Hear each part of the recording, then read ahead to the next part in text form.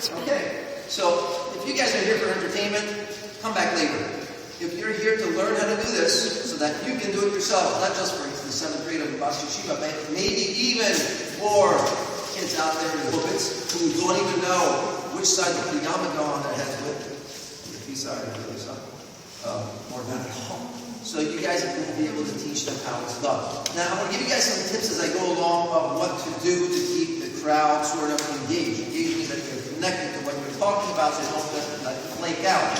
But the most important thing is safety. So you want to make sure nobody gets hurt, because no matter how good a time a kid has, if he gets hurt or sliced or drilled or anything like that, or smacked across the head with a big gigantic shofar because somebody was having a little too much fun, it's not going to be fun for anybody. And don't forget, there are many, many parents out there who practice law, in which case the Chabad house can get sued, the building, you got to have over the new Chabad house, and the two Chabad houses. But that's not so bad. You understand what I'm saying? You have to be careful about safety. So whatever you're going to do, make sure you have safety stuff at the table. You don't let any kids come on this side of the table, because this side has got all the dangerous stuff that if they press on this or on this, something can happen and will happen. So also we have saws. Saws are very sharp. Make sure you put them in. Let me just check. Some people don't know how to put their saw blades. We break these all the time. You guys have ever done a Shofar Factory before? Have you ever broken a blade at the waiting line to get another one? Well, some kids want to do it themselves. They put in the blade backwards, and they don't know why it doesn't go. It just doesn't go. Because the blades have to point this way, downwards. So when you pull, you're actually cutting. When you push, you're not. If you got it the other way around, it doesn't work. Have the kids who are working, and those hands that could get hurt, put on gloves, leather gloves. Why? Because in case the saw slices against leather, it's not going to cut the kid as quickly as if you were to put this kind of glove on. Okay. First thing we're going to do is we're going to tell the kids about the fact that anything that you do mitzvah with has to be done with something that comes from a kosher item. If you make carrot filling, the ink has to be only with kosher ingredients. You can't use non-kosher ingredients to make ink for software. Same thing, you can't use non-kosher ingredients for anything you're going to eat. And even though you don't eat a shofar, nonetheless, you can't use anything from a non-kosher animal to do mitzvahs, for the most part. You have to use only kosher animals. Now, kosher animals are the kinds that have the hooves, have 2 shoes on each foot. Sometimes little kids don't know what you mean by split hooves. They think somebody forced their feet apart, hurt them or something. It doesn't mean that. It means that they have 2 shoes on each foot. And they really do. You can actually take these off if you really want to. You have to boil the feet a little bit and wipe their head. As with a shepherd. You can take off their hooves and then you're good to go. But that's not enough, because the pig can do that too. A pig can also have split hooves. So how do we say that the pig is not kosher? Because he doesn't have horns. Doesn't have horns. No, wrong. Because he doesn't chew the cud. Kosher animals have to chew their food how many times? 4 times. They have 4 lobes of their stomachs, so it goes from one lobe to the next, and in between they bring it up, chew it some more, swallow it down. Sounds gross, but they love it, so you're not going to argue with that. Bottom line is those are the 2 main simanim. The Gemara also says that if the animal is kosher, it will have, and also no, it says mainly horns. But Rashi doesn't like that, because he says if you were to say horns also, you would have a problem with an animal like an antelope. You see, the antelope has horns because he's male. You know, he's a tough-looking guy. He fights with other males to keep them away from his herd. Whereas the female antelopes, they're ants, they have nieces and nephews, they don't have horns. So if you had to give 3 simanim, split hooves, chewing their food 4 times, and horns, you would think that all the female animals are not kosher. And they are. You're just missing the horns, because they don't want to fight. That's the bottom line. In any case, so you tell the kids about, first of all, we're dealing with only kosher animals. Next thing is the animal has to be shefted the kosher way, so we avoid the problem of tsar, ballet, trying not to hurt animals, cause them undue harm, undue pain, because then we become cruel ourselves. But it's one of the Sheva mitzvahs. Okay, so if you have non-Jewish people out there, they can also understand these things that relates to them. So now you've got not only the Jewish crowd, you've also got the non-Jewish crowd listening to what you have to say.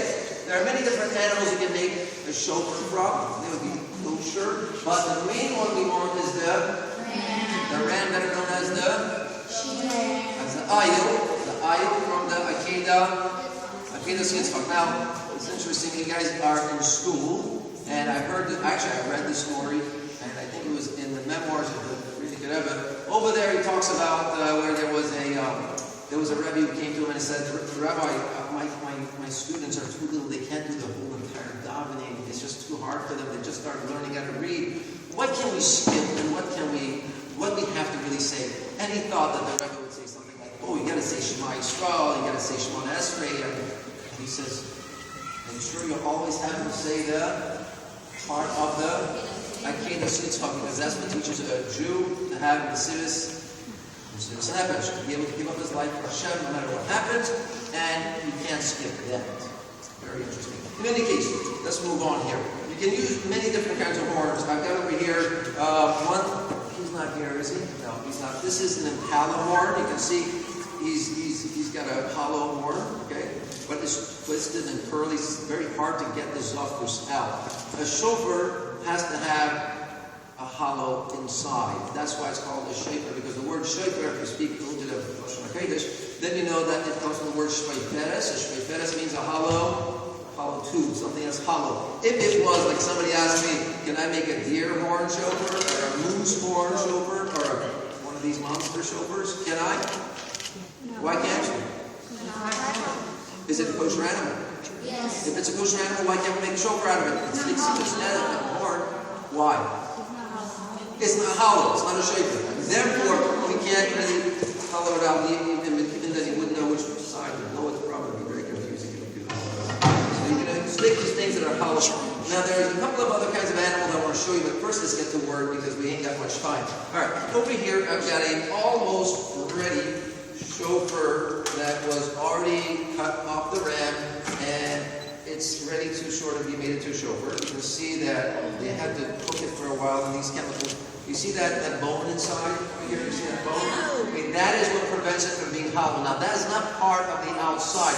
The outside of the shofar is made of the same stuff as your fingernails, your hair, your hooves. That's what the outside is made of. The inside is made out of bone. Now, you see how you guys are starting to get bored a little bit just sitting there watching?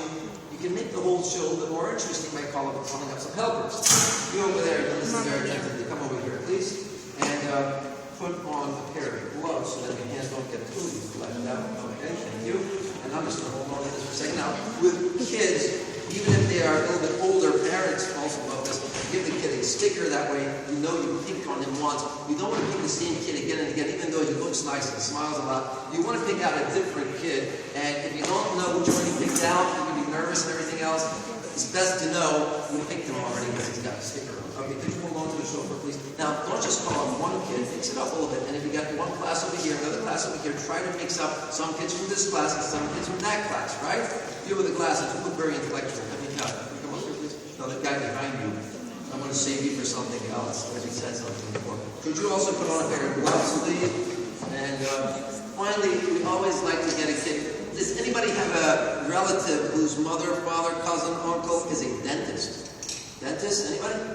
Yeah, come up here. Yeah, you put your hand up. No, you don't have to ask if you are a dentist. It's okay. Great.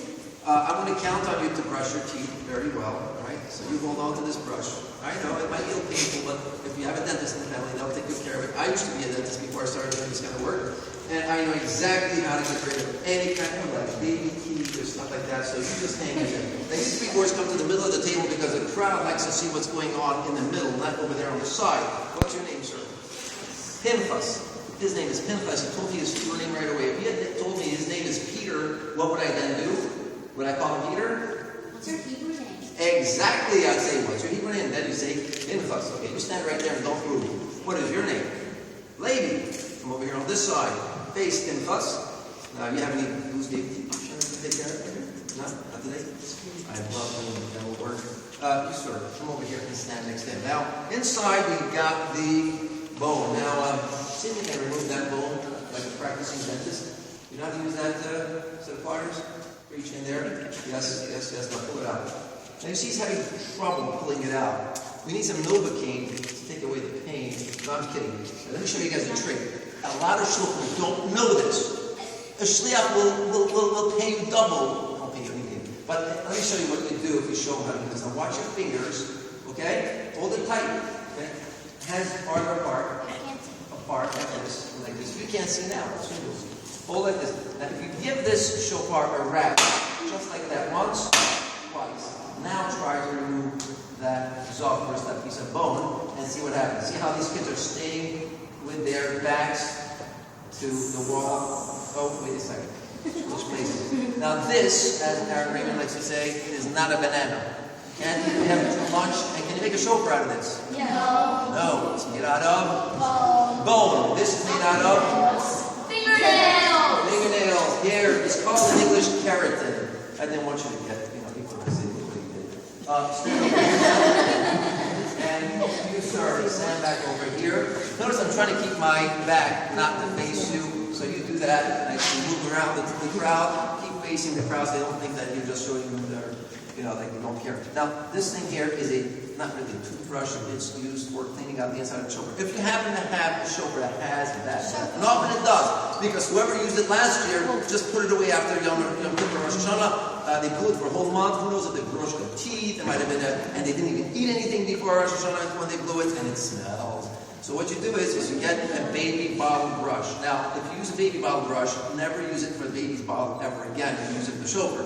Or if you do, don't tell your mother, because she'll get really upset. And then you put this thing in here like that. Notice you have to curve it some so it reaches in, otherwise it won't go in. Can you scrub that out, please? You're going to need to hold it tight so you can scrub. Now you can do this at home. Make sure you do this over the sink. If you try to do this over the table, the carpet, your father's desk, he's going to be really upset because it's going to make such a bad mess. Can you pull that out, please? Can you pull it out? Okay. Drain it into that bucket over there, like so there's no water left in there, please. All right. Very good. Give these boys a big round of applause.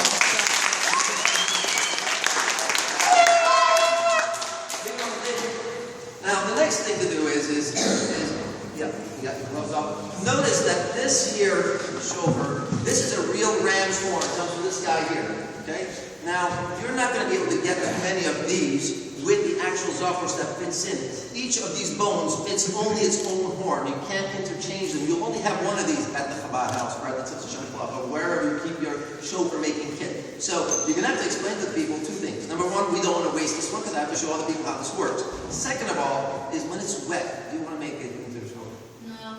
So we're not going to use this one right now. We're going to sort of put it on. Now I have a couple of other horns that are kaka shofars. One of them is hollow inside. Okay. Is this a shofar? No. Who says no? Raise your hand. Who says yes? Raise your hand. Now you see how everybody got involved? You're not just sitting there anymore because I'm asking a question, I'm asking your opinion, and you feel involved. Not too much, but a little bit. But the bottom line is the answer is yes, it is a shofar, but you wouldn't want to use it on Rosh Hashanah because on Rosh Hashanah you need a shofar that has a curve. The idea of a curve is that it knows when to make a U-turn. You make a mistake, you're going the wrong way. Do you want to keep going straight till you go all the way around the world to come back again? No, you run out of gas. So what you want to do is you want to have a bit of a curve so it reminds you to do teshuvah and have humility and rebel. Oh, this is a baseball bat. Please have it. No, it's called. Baseball bat that you make curveball. This is really, really complicated. It's called a hemsbach. Now, you'll never find the word hemsbach in the dictionary. Even in the Holy Land dictionary. Even in the Bab Yeshiva dictionary. It's not there. Because they spell it gemsbach. Okay? They spell it with a G, with a G, with a gimel. But they pronounce it, like in German, hemsbach. Got that? Don't forget that. You'll remember it. Okay. There are other kinds of horns you get to use. Oh, everybody likes to use this one here. Everybody says, can I make this one? Can I make this one? Can you make this one? No. It's a musk ox from Africa. Is it hollow inside? Is it kosher? Does it have split hooves? Yes. You chew the screws up about 4 times. Yes. So what's the problem? Why can't we make it to the shoulder? It's too big. Not quite. What's the problem? Okay, what do you call the babies of these guys? Calves. Calves. Also, this big bull over here from Texas, Longhorn. Can you use bulls? No. Because why? It's not like cows. Because they eat people, because they gore. Because? No. Ego. Very good. It's a calf. And it says in the Gemara, in case you guys haven't come across it yet, Ein katega nasa sonega. That which was a calf a mitzvah or a sin?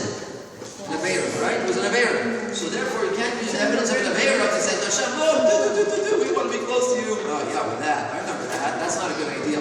So therefore, you want to use something other than that. So either a ram or you can use an Angora goat. This is a beautiful shofar, or one monstrous like. If you'd like to have a pocket shofar, a lot of people going to Tzayim, they don't have room to carry a big gigantic shofar on Tzayim. They want to take something like this. Now, is this a kosher shofar? Yes. Is it yes or no? Yes. How do you know it's big? It's kosher. Bigger than your Bigger than a tefah. Now we're going to have to cut the end off. It still has to stay kosher. If it was kosher before we cut it off and made it into a shofar, that's not good enough. It has to stay kosher after we cut it to make a mouthpiece, and we can still blow it. So some people like pocket shofars. They're actually delicious. Other people like very, very old shofars. Like this one here. This one here happens to have a crack in it right here. Is it kosher? No. What if you didn't know if the crack was all the way through? How can you test it to see if it's kosher? No, you have to fill it with water and see if it leaks. Oh, you have to put your finger over the end of it first. And if it doesn't leak, that means it's kosher. If it leaks means it's a plumber. And that's that. You know, you can't fix it with any glue. You can't do anything like that. Now, the next thing is you want to call some more helpers. Now, this is something you guys are all going to have to do, so pay very close attention. I need one more set of gloves because I don't want anybody to get hurt. Again, we need to call helpers. Now, we call from this side, we call from that side. And I promised the guy with the glasses, don't ever let them eat when they're doing Shofar Factory, because then when they blow their shofar, all those potato chips and everything else, you don't know what it's like when you have to blow shofar, you haven't even to think, and then you come in front of the table. You always have to kick on that side of the table. Remember what I said before? Put on these gloves. Can I have another pair of gloves? Say snap, snap. Make sure you have the sticker on them, so you don't forget when you call them up. Don't call them a second time. Only once is enough. And where is another character I have to call up? Another intellectual looking kid with the glasses over there. Yo, Slim. He's distracted. Hi. How are you? Okay, you don't know what you're doing here? How about Weiss? Weiss, you want to come up here? Where's Weiss? Me? No, that Weiss. Aren't you Weiss? Me? You were. Not anymore. Never mind. You want to come up here and help us? It's okay. Don't mind. You know, you're not getting paid for this, you know. Put on these gloves. Don't hurt yourself. Okay, let's make you guys some room here. Let's assume these kids wanted a really, really big Spanish Angora shofar. This is a really monstrous one. Now, keep in mind that the shliach is going to give you a bunch of shofars that are going to smell. They're going to smell real bad because they're coming from places where they clean them, supposedly. But they're usually not clean enough. You're going to have to wash them again and make sure that you do what I told you before. You scrub them out with a baby bottle brush. The inside also has to smell good, not just the outside. Next thing to do is you take one of these here wires. This is called a probe in the official lingo language of the Shofar Factory people. It's actually nothing more than a coat hanger, put it aside, but curved. Now, a lot of kids will say, I can't use this. It doesn't go in. You know why? Because they don't bend it. If you don't bend it curved, it won't work. So you put it in as deep as it can go. And then you think you got it, then you don't. Just keep going in until you get it as far down and it won't go any further. And that's it. At that point, you get one of these markers. These only mark white, not black. And once it's gone as far as it can, sometimes it doesn't want to come out because, you know, there's a noise inside. Pull out the noise takes a lot of effort. Let's see if we can pull the noise out just a second. So then you put it on the spine side. You see it's got, I learned this from Shofar Friedman. On the outside, it's got a belly. This part, this roundish part is called the belly of the shofar. And the sharp edge is called the spine, like the shendra of a lulav or your own spine. Okay, so then you measure along the spine part, along here like this. And if you don't do this with every shofar before the Shofar Factory, you will really, really have a hard time deciding where to drill, where to cut, and all that. So this is how far the hollow actually goes. I'm going to put a dot where the hollow actually goes, and we're going to put a line. There's already a line here, but I want to make it a little bit longer. And the farther away you go from the dot, the smaller the mouthpiece will be, which is very good, because then you've got a high-pitched sound versus a low-pitched sound. Then you get your two, what's your name? I didn't get your name. Shalom, stand over here. Now, what's your name? Ellie. Are you right-handed, Shalom? Are you right-handed up? Ellie? Yeah. Now, you take this here saw in your right hand. You stand way over. See, I want the crowd to see what's happening, so I don't want you guys bunched up together. Usually, you'll be able to be bunched up, but put your feet over there where they were. Leave them there. Now, lean over, put one hand over here, the other hand over here. Okay? Now, make sure you can see where the line is. This is second line over here. You hold the tip down, legs we bar actually many and start sawing back and forth on that spot. Now stay on that spot, don't change the spot. If you get really, really tired and you don't want to do this anymore, just tell your friends, can we switch and go to opposite sides? Make sure that you're facing each other, that you're not both on the same side, because then you might cut each other's hands and you won't be able to write, and you won't be able to go to school the next day, and then you'll be very... No, you're supposed to want to go to school. By the way, what if we don't have a shofar and we just have a trumpet?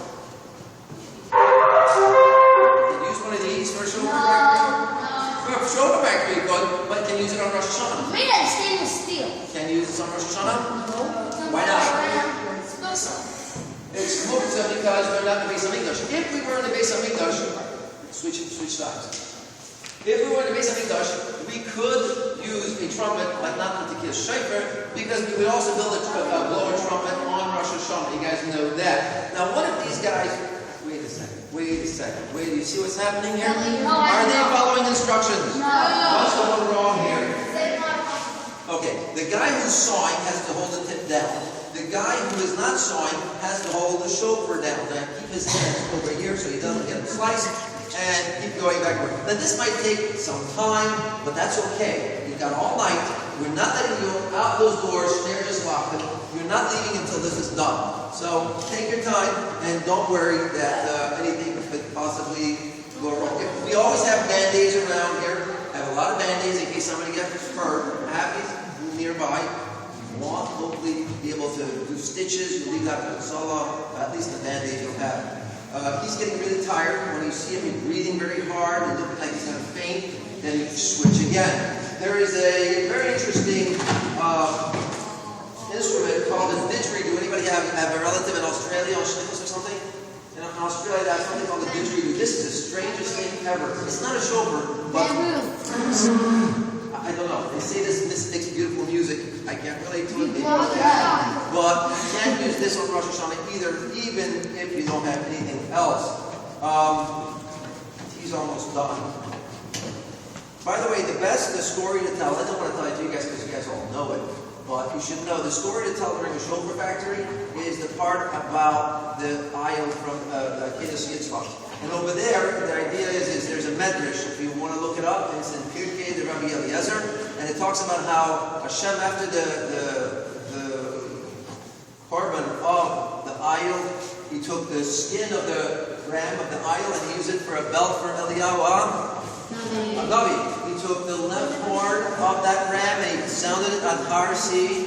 And he took the gidin, the sinews of that ram, and used it for the strings of the harp of King David. Now, what do all these things have in common? All from the ram. They have in common that David was a great grandfather of Moshiach. And that has to do with David HaMelech. Eliyahu Navi has to do his job. He's going to be to announce the Mashiach came. And the left horn that was sounded by Har Sinai promised that Mashiach would come. And guess what? The right horn of that same idol was bigger. In most cases, they are bigger. And that right horn of the ram is going to be sounded when Mashiach comes, and the whole world will hear it, and then we'll know. Oh no. Here's the part that if you have any dentists in the crowd, you'll tell them the guy lost his baby tooth. You know, it's a big baby tooth, but it's only the same color as yours. You have a toothbrush. What you need to do with this is, if it's a right horn, this one happens to be a right horn, just by Ashkal price. You can use this horn as a segula. You guys know what a segula is? Like if you know somebody who's going to have a baby, usually a mom, and what's going to happen is she wants to have a quick and easy birth. There's some sort of, there's a thing called Segulas Yisrael. It says over there that if you keep at the right tip of that horn with that lady, besides the shirt, wireless card you need to have, it'll be a quick and easy birth. So if anybody needs something like that, we have a Segula right here. You can take off your gloves. Thank you very much. And sit back down. You want it. Okay. Next, you pick out the biggest troublemaker in the crowd. Usually the one that causes you the most trouble. And we're talking younger than 6, 7 years old. Then they'll take you seriously. Otherwise, they'll get like you guys are just being obnoxious. You just need to get a kid who really has been thinking to take advantage the whole time. And he's like a little kid. And call him? Yaakov. And you ask him if he wants to have his baby. No. That'd be me. Let's take out. At least he's somebody who's strong, somebody who's not going to get scared, somebody whose father is not a lawyer. That's the main thing. Let's have him take out this side. And where is your boy? Where's your? You tried to have him come up already. The younger one, where is he? Oh, he didn't make it. Okay, where's the older one then? Yoni, where are you? Where's Yoni? You're the iPhone. Yoni, come over here, please. All right, you can put that away. That's in your pocket. Now, this here is the part of. Come on this side. This is the only time you have your kid come on this side. It's really the only time. Put on the top. Put the glasses on. And this is because you let the kid know that this is the most dangerous thing he's going to do, which it is. Okay. And you guys will be using this block, but I want to do this so everybody can see it because you won't see it in the block. Put on the gloves, please. And these gloves are going to sort of keep your hand from getting drilled. Put on the other glove. Also, notice I have glasses and I'm on the wrong side of the drill, so I'm not as big danger as he is. You have different kinds of bits here. I've got very thin bits for people who want to have pocket chauffeurs.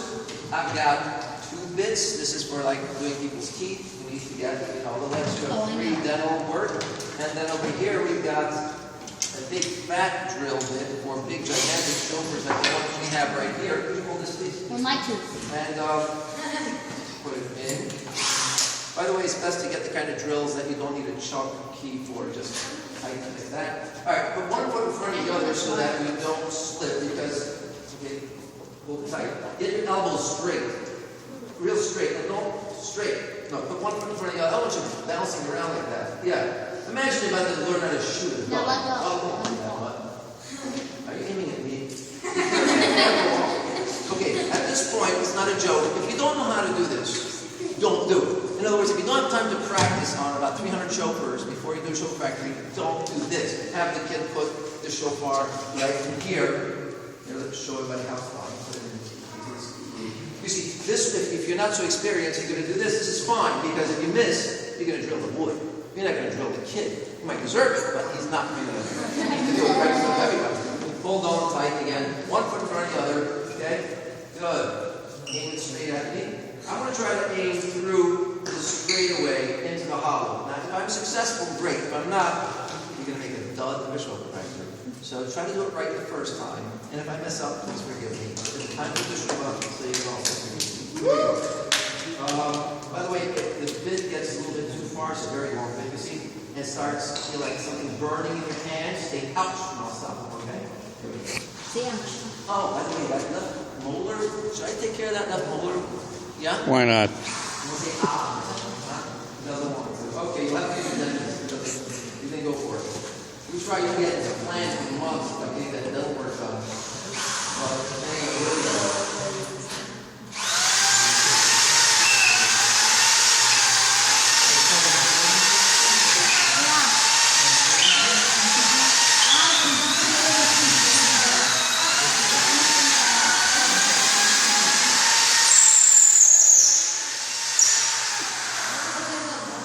Okay, now, see what happened here is that I drilled through.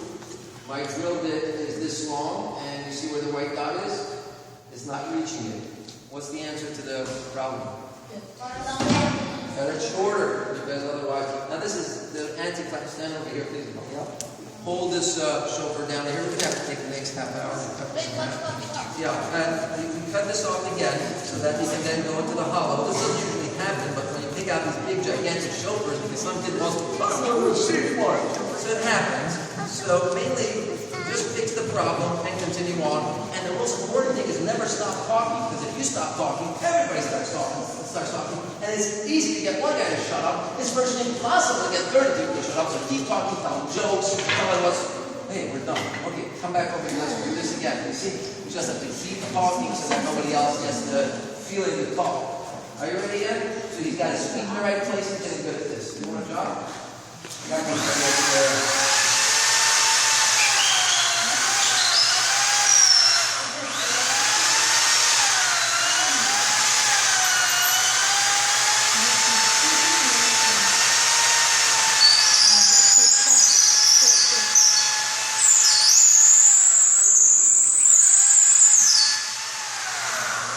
All right, let's see if we got through this time. One of the ways to find out is to take one of these wires, put it in, and if it comes out the other side, that's a sign that a lot of people didn't figure that out right away. But that's one way to figure out. Now, as soon as you've done this, the next thing to do is really clear out all the dust. A lot of people think you should be able to blow, no problem, but there's a lot of these shavings from the drilling stuck in here. You want to get rid of all that. Okay, that's what you do to get that out. And then you give this guy a big wait. We still have that dental work we need to do. No, I'm just kidding. Hold on to the shoulder. This hole is very small and narrow. You can't really blow in there. A lot of shofars don't have this bit. This is called a cone bit. It's absolutely essential and necessary to have it in every Shofar Factory. Don't forget to tell your local shliach all about the Shofar Factory. You have that cone bit.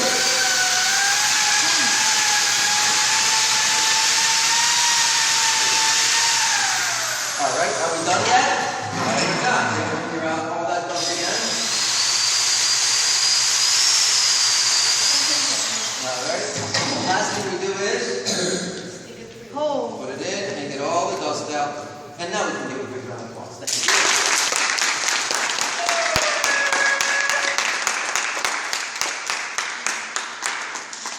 You guys applaud. Remember, he had an working so hard. Take off your gloves. Your hands are not cold, are they? No? Take off your gloves. And that's pretty much it. You guys want to go home now? We're not done yet. The next thing we have to do is we have to polish this mouthpiece. This mouthpiece is right now very sharp. Now we'll have lines here. The drilling line will be through that aisle by this block. After you finish drilling, you take one of these white wires. I want these back at the table every time they're used so that the next thing you use them. I've only got like 10 of them. I don't have 40 of them. So bring them back over here. And then you'll line up over here, make it straight fine line, and we'll polish down your mouthpiece. Now watch how this goes.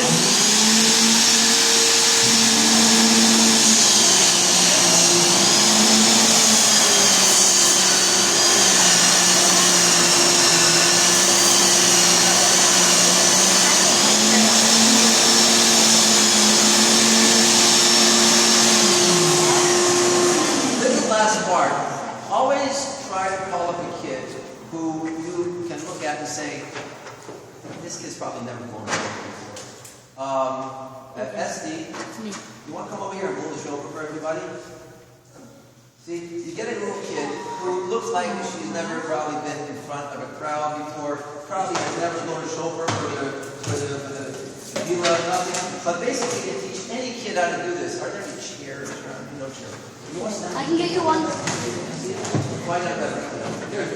In case your school doesn't have any chairs, you get your storage box and you put it up there. 1, 2, 3. This happens to be my own daughter, so we can do this right.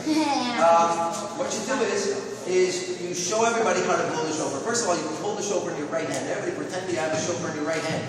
By the way, for those of you who don't know your right and left, it's this side here. Okay?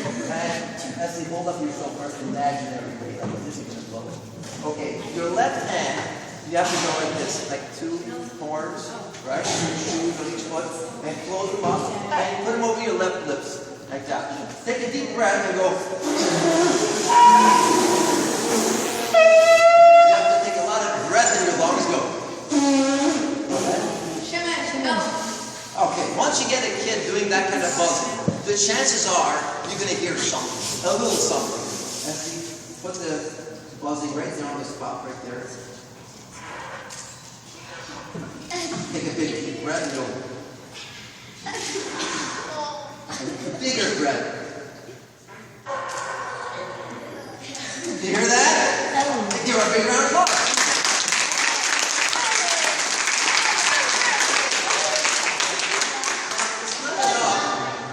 Call the kids. If there happens to be a rabbi around, you want to highlight the rabbi's work. I mean, after all, he is the rabbi. And you want to show them what would happen if Mashiach were to come today, and you would hear the sound of the shofar. Which one? Right. Not the right. The right one. The wrong one. Rabbi Yershmuli, please do us a favor and let's hear the tekiyas cut the boy. Never tried one of these before. Let's do it right. Oh, one thing you must not forget I have them. is just a minute. Are you leaving now? You have to have a kid with a white shirt. Hold this up so that the rabbi can see and the child can sort of see. Take pictures? Okay? Hold it like I'll take a picture of this. Yeah, turn Okay? it on. Go ahead. We're going to Tekiah, Shvarim, Teruah, Tekiah, Tekiah, Shvarim, Tekiah, and then Tekiah, Gdera. Ari, put this Oh, on. there. Ari, put this on there.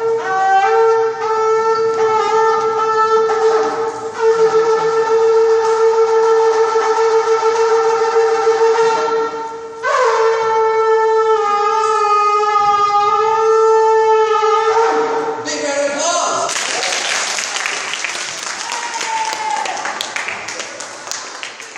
Okay, you guys know what to do? Station 1, pick and shoulder. Station 2, oh wait, do not get up until you have a buddy. Negotiate with a buddy first. Station 1,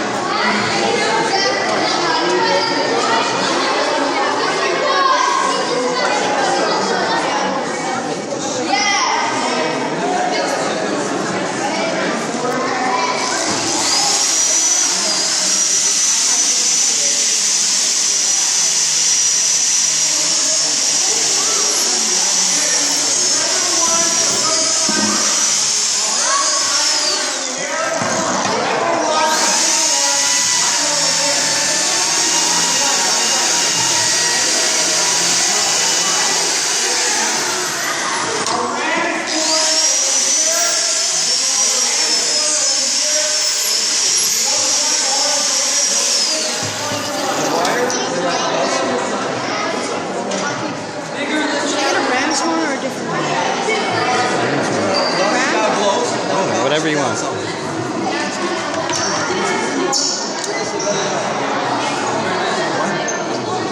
the original price or the final price of the price after I changed the shkalim or after I got the customs to release it, or at the end of the day, they're